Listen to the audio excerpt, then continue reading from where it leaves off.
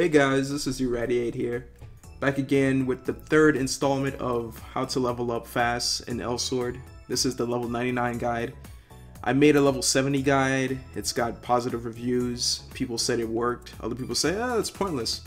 I made a level 85 guide. Well, technically 80 guide, but then I only made a level 85 video. And then now I'm doing the level 99 guide. Now, the game has gotten significantly easier to level up in. They had a revamp just recently, which basically made level 1 through 90 the easiest thing ever to get to level up.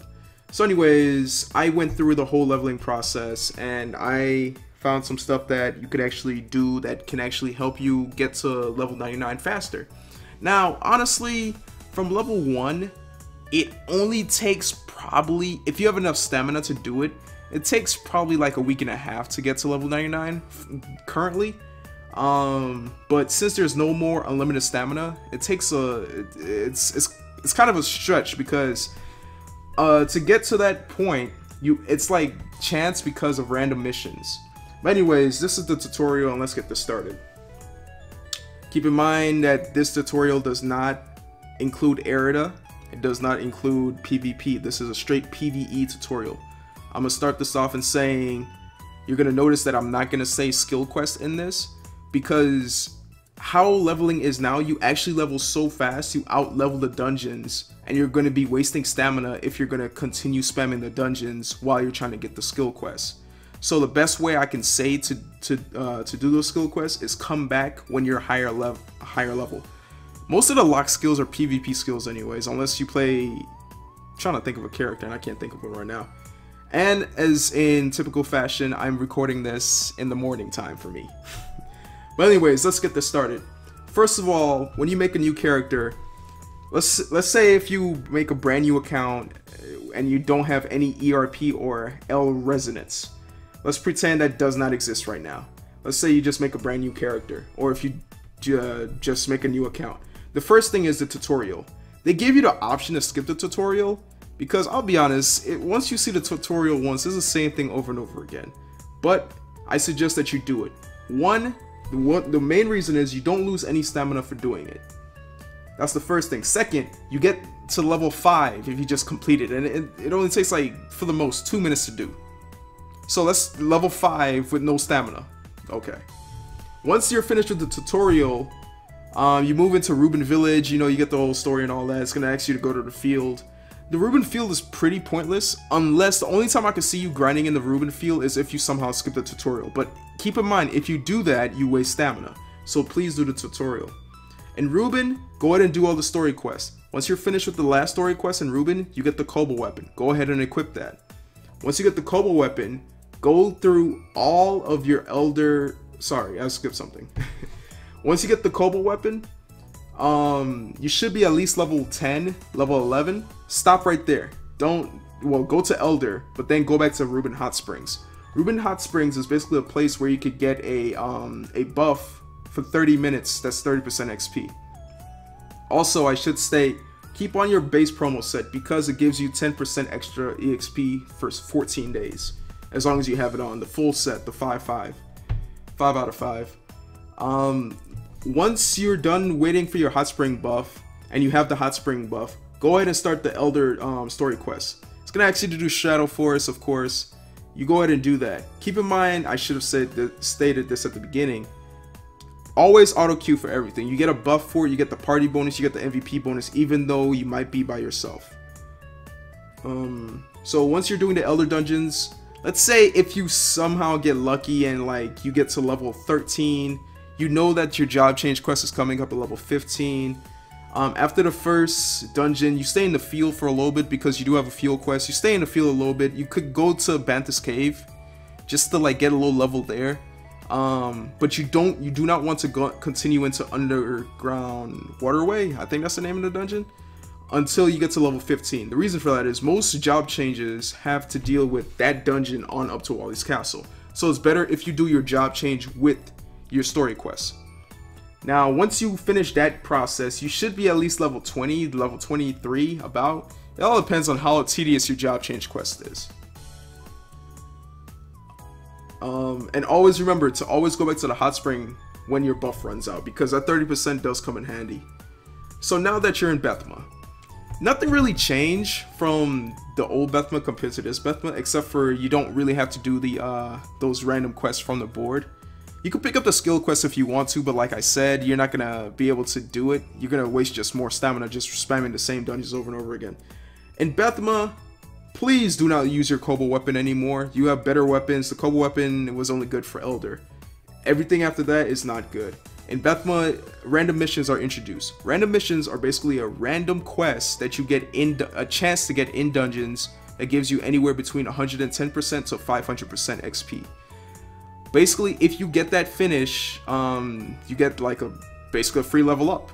And they're pretty simple to do. They can range from anywhere from do a certain amount of actives to a certain amount of special actives. Combo, don't take this much hits. The hardest one to do, especially when you're leveling up, is the one that says you must die. Well, you must res yourself this amount of times. That's probably the hardest one to do, because when you first start off making a new character, you only have 10 res stones. And I mean, yeah, I think the most one is like you have to die 3 times, but that's still a little weird. The only time I suggest you do that one is if it's like 350 plus. If it's slower, don't even worry about it. Alright, so once you get to Richie Mines, you finish the story quest, and you go do cargo airship. They're gonna ask you to do Richie Mines again. Basically what that quest, it's for PvP, like it's starting you up for PvP, but once you do that, you basically get a 30% medal. Now since there's no limited stamina, I suggest that you use this medal when you have like full stamina again, because by the time you get to here, you're probably at 20% stamina left and you're about to use another stamina potion. Please do not use the 30% medal just yet.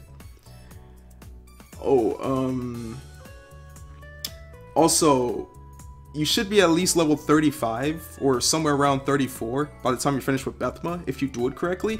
It's chance that you do get random missions and stuff like that. You could go through whole of Bethma and not get a random mission. It is possible. The Beth Terra army dungeon, it's pointless. I recommend you do not even go in there. It is so pointless to do. It's just a waste of time to do, in my opinion, because they made leveling so much easier. There's really no point to doing it. So once you're like level 34, 35, whatever, you're in the 30s, you go to Altera. In Altera, it's pretty simple. It's a lot easier than what it used to be. In Altera, you do basically all the dungeons once. You know, you're trying to get to level 35 so you could do your job change quest. Your job change quest, depending on your character, could be the easiest thing ever. It could be like the most impossible thing ever. So while you're doing the job change quest, you want to try to do your story quest too, if you can. Some of the job change quests basically just skip until the last 2 dungeons in Altera. Others they work through Altera. If they skip, just go ahead and do every dungeon once so you can at least unlock those dungeons. You could skip the story quest if you want. Alright, so once you're about level 40-ish, probably 44, go to Feta. The thing is, do not enter Feta unless you're finished with your Altera side of the second job quest. The reason why I say that is, I mean, it really doesn't make a difference, but you can do it, but at least you want to be finished with Altera before you can move on.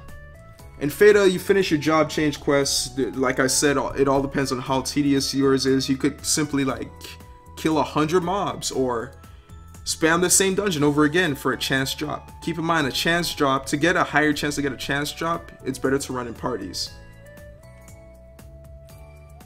Also, in Feta, you get something called GOD, or Gate of Darkness. Gate of Darkness is basically you running the dungeon again for like 0.2 stamina. It's not that much or anything like that, and it's basically you get the same amount of XP you got in the dungeon, probably more if you get MVP.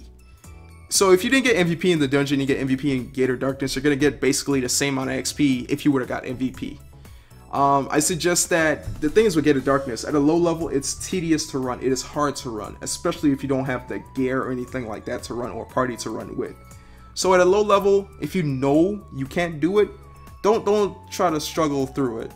Just run with a full party, but I recommend you do it. Also, it does stack. The Gate of Darkness XP does stack with random missions and the dungeon stuff. Basically what that means is if you get a dungeon, if you do a dungeon and you get a random mission in that dungeon, let's say 110%, and then you go do a GOD, it's not gonna stack with 110%. It's just gonna stack with the base XP that you get from the dungeon. So basically it's like you're doing the dungeon twice plus 110%. So hey. So basically once you're in Feta, you're probably already high enough level to kind of skip all the Feta dungeons. It's up to you if you want to do them. I recommend that you only do the ones that have the stamina potions as the request reward, and you do each dungeon once, at least once, because some story quests says you have to do it more than once. So now you're about level 45, 50-ish.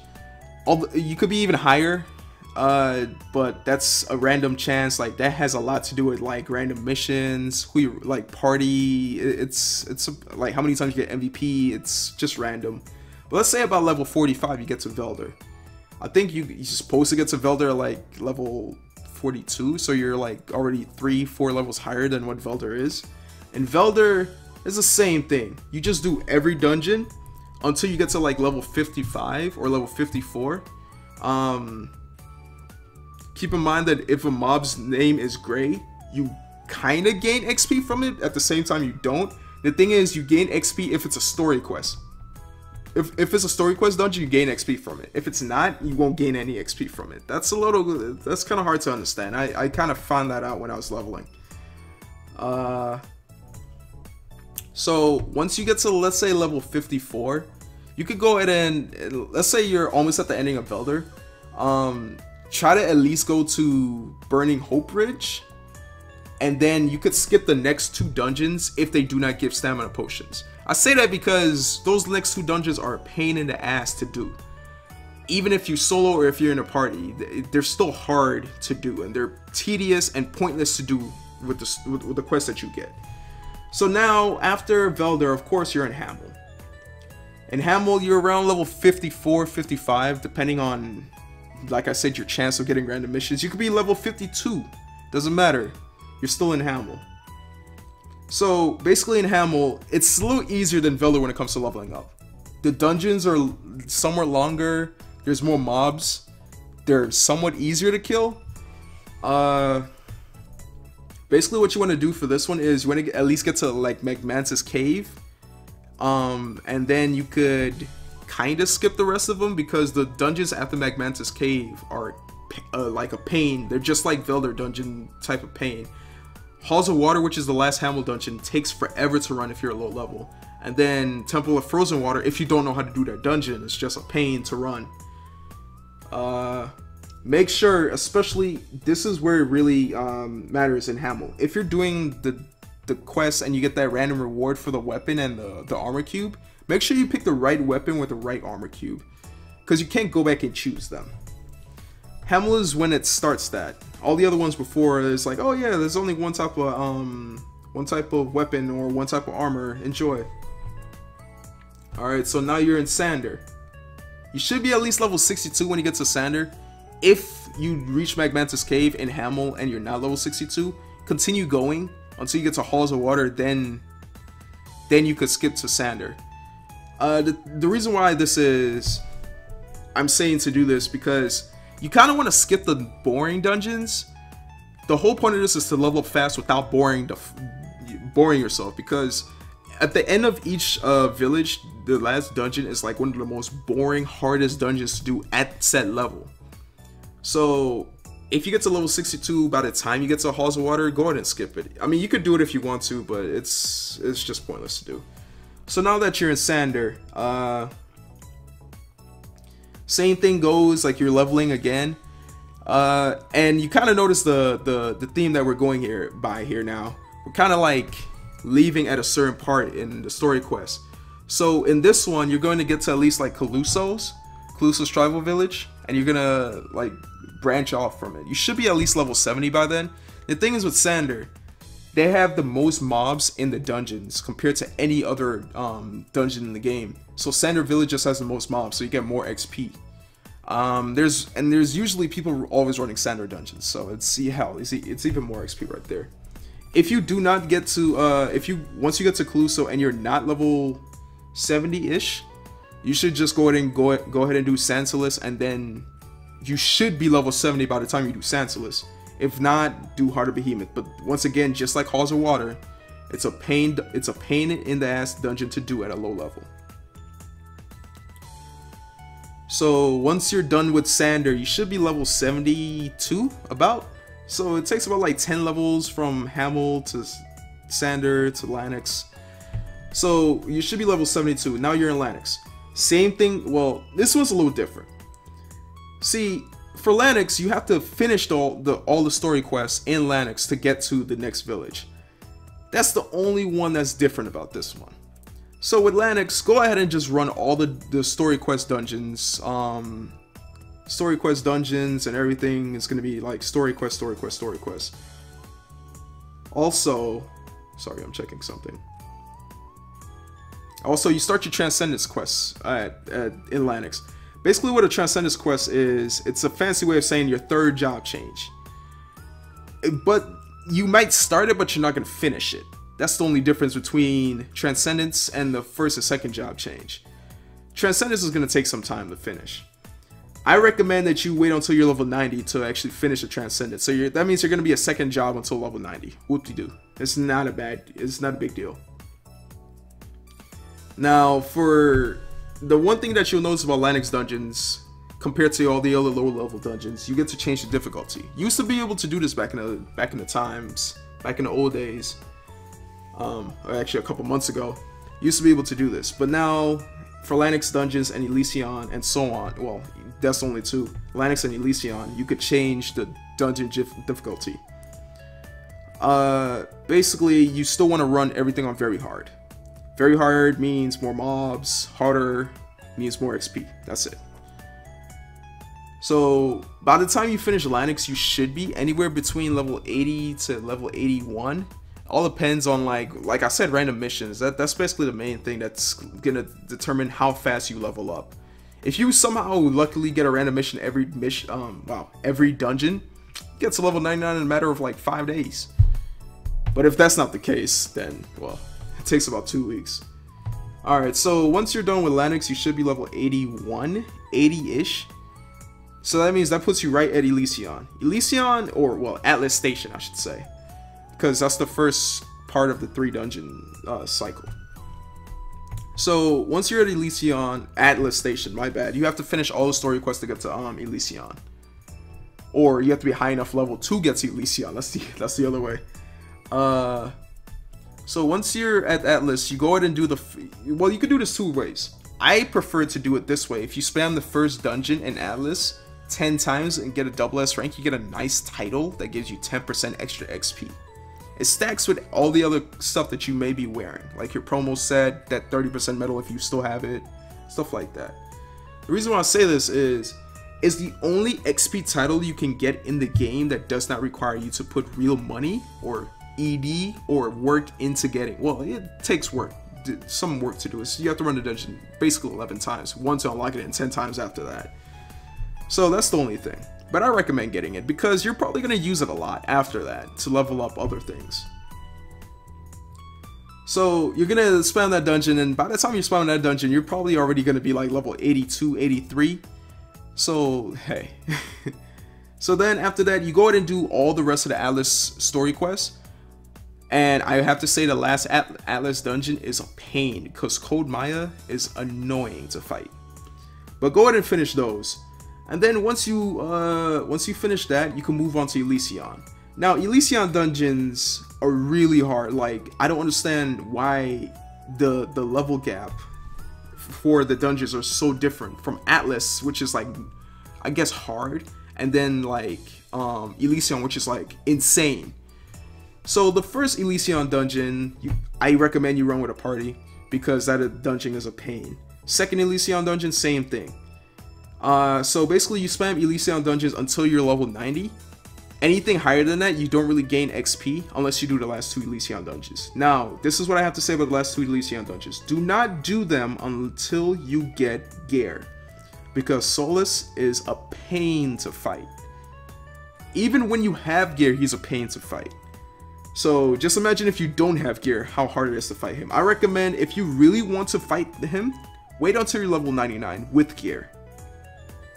Alright, so now you're level, now that you're level 90.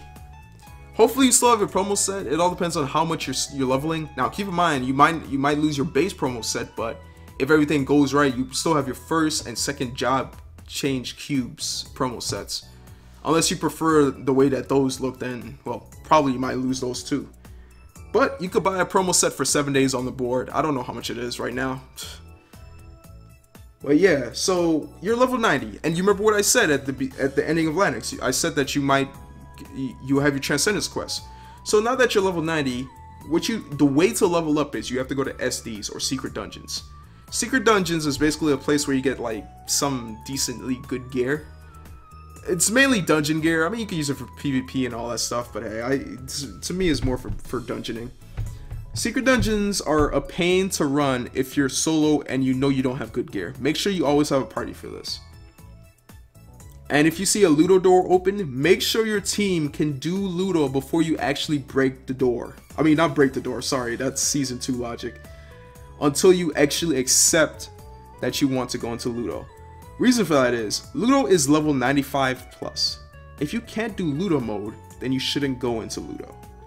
I know it's more XP, but still, if you can't do it, you shouldn't go into it. Keep in mind, if a level 99 is carrying you and you're level 90, and you're with a bunch of level other 90s, the Ludo mode would be towards his level, so about 110 are the mobs. So that means you won't be doing any damage to the mobs. That means that level 99 will have to solo the dungeon. It is possible, but for the sake of leveling's purposes, if you see Ludo, if you know you cannot do it, do not agree to going to it. And also I have to say you can get random missions in Secret Dungeons. You can get Gate of Darkness in Secret Dungeons. And make sure you have the Hot Spring buff. So all that stuff stacked together, you can level up like it's nothing. It's really easy to get to level 99. The only tedious part is, of course, the Secret Dungeons, because there's only 2 Secret Dungeons open per day, and some Secret Dungeons are easier than others. So, yeah, that's the only tedious part.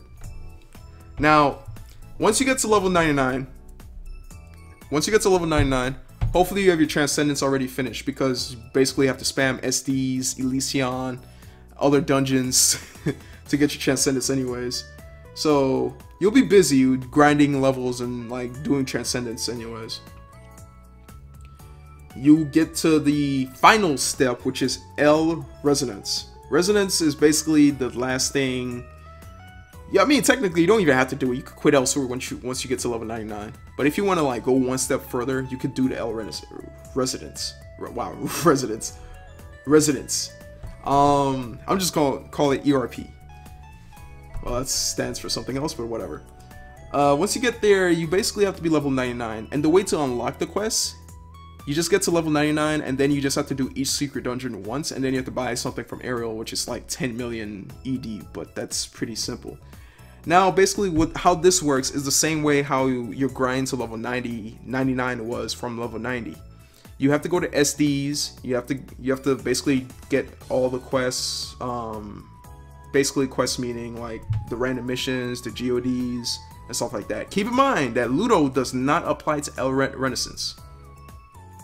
So if you get a Ludo mode, that is 100% up to you if you want to go. Now, also, this guide is only to get to level 99 and start your El Renaissance. This has nothing to do to get to level 999. That is 100% up to you to get that far. That's dedication that I don't have. Alright. Something I included at the ending of the Google Doc this time is some content information. I got my Discord on there. I got my Steam on there. You could check that out. It's also going to be in the description. My IGNs will be on there also. That's basically if you have any questions or suggestions or help explaining what the guide is or like these different parts to it, you could just message me and I'll be happy to help you. Now, just like last time, I'm gonna go over the main leveling items. Some stuff has changed from the last time, so I'm gonna try to move through this.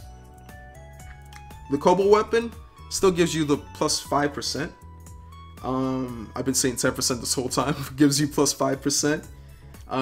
You get it at level 9, but it's usable at level 10, and you should use it all the way in Elder. After Elder, you should not use it anymore. Promo costumes, same thing. No matter what promo costume you have, it gives you 10% extra EXP, and it does stack with the KoG weapon. EXP medals, same thing as before. I think, I don't remember, but anyways, there are 4 types of EXP medals. There's a 15, 30, 50, and 100%. There are 2 100%s, one that you get in the item mall, and then the one that you get from Irro from doing SDs. And keep in mind, oh, the 30% is what you get from that one quest, and the 15% you get from field boss souls. But the only time you get those is like when you get to like the lower, the later fields, because I think the lower ones don't drop it anymore. Keep in mind that 2 of the same medals do not stack with each other, so if you got 2 15s, they won't stack with each other. 2 100s, they won't stack. Wedding system, it's not, I mean, that's up to you if you want to get married in the game or not. It gives you 5% extra for 5% extra XP for 30 days. Conrad Chair, which is a guild skill, this one has been changed. It used to be where you have to run with another guild member to get the 15% bonus. Now, as long as the guild has it, you could just run dungeons and you get a 15% bonus. You have to be at least member rank or higher to get this. Random mission, as I stated previously, it's a random quest that appears in dungeons. You can get anywhere between 110% to 500%. It's a random chance that you can get a rare mission that gives you 600%, but the main one is up to 500%. If you get 200% or higher, you could skip a level all the way up to level 35.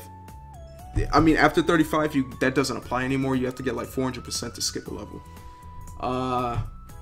Vpn Party System, this has changed. Basically, if you solo queue for a dungeon, solo auto queue for a dungeon, and you're the only person in the party that says one person is ready to queue, you know, like that, still go to the dungeon, still do it.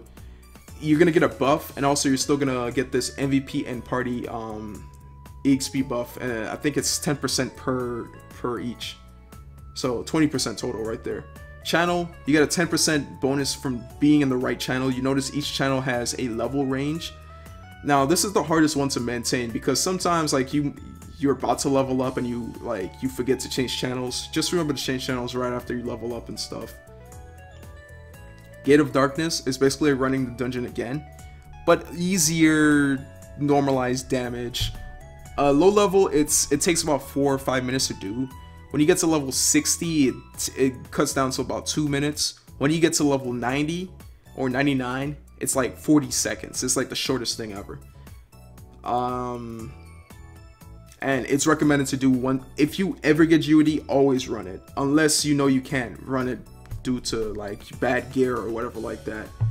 Titles, some titles do give XP, like Passion Pay or that one dungeon title I was talking about in Atlas. VIP is not available anymore, but there are still some people that probably have VIP for like 3 years because they bought it. Basically gave you 20% extra XP and unlimited stamina when activated. Hot Springs, something that is like a godsend in this game. Always go to the hot springs to get your 30% buff. You only have to stay in there for 5 minutes. It's not bad. 6 minutes, 5 or 6 minutes, something like that. You could even do a weekly quest where you just have to clear 4 dungeons in your level range to get a set that limits it down, the time down to 4 minutes. You just have to sit there for 4 minutes. Dual Magic Stone of Growth. This one is basically a magic stone where you could put on your costume or your gear or whatever like that. It gives you XP. It gives anywhere between 1.5% to 6% extra XP. It's not something I recommend, but if you really need it, go ahead. Try to get at least 15%, so that way you have a 15% medal all the time with you when it never expires. Then you have the Bet Terra army. Pointless to go, but you could gain up to 10% XP if you just go to it. It's available for between level 35 through 70, but like I said, it's pointless.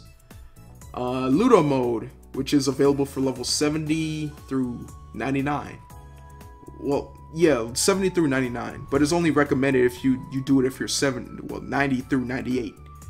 And it's only in secret dungeons. You get 3 times XP and 3 times drop when you're in Ludo mode. And that also stacks with GOD, random mission, and all that stuff. Keep in mind it does not apply to L Renaissance. Resonance. Wow, I cannot say that word. Resonance. So the total chance of XP you could get in dungeons is about 800%.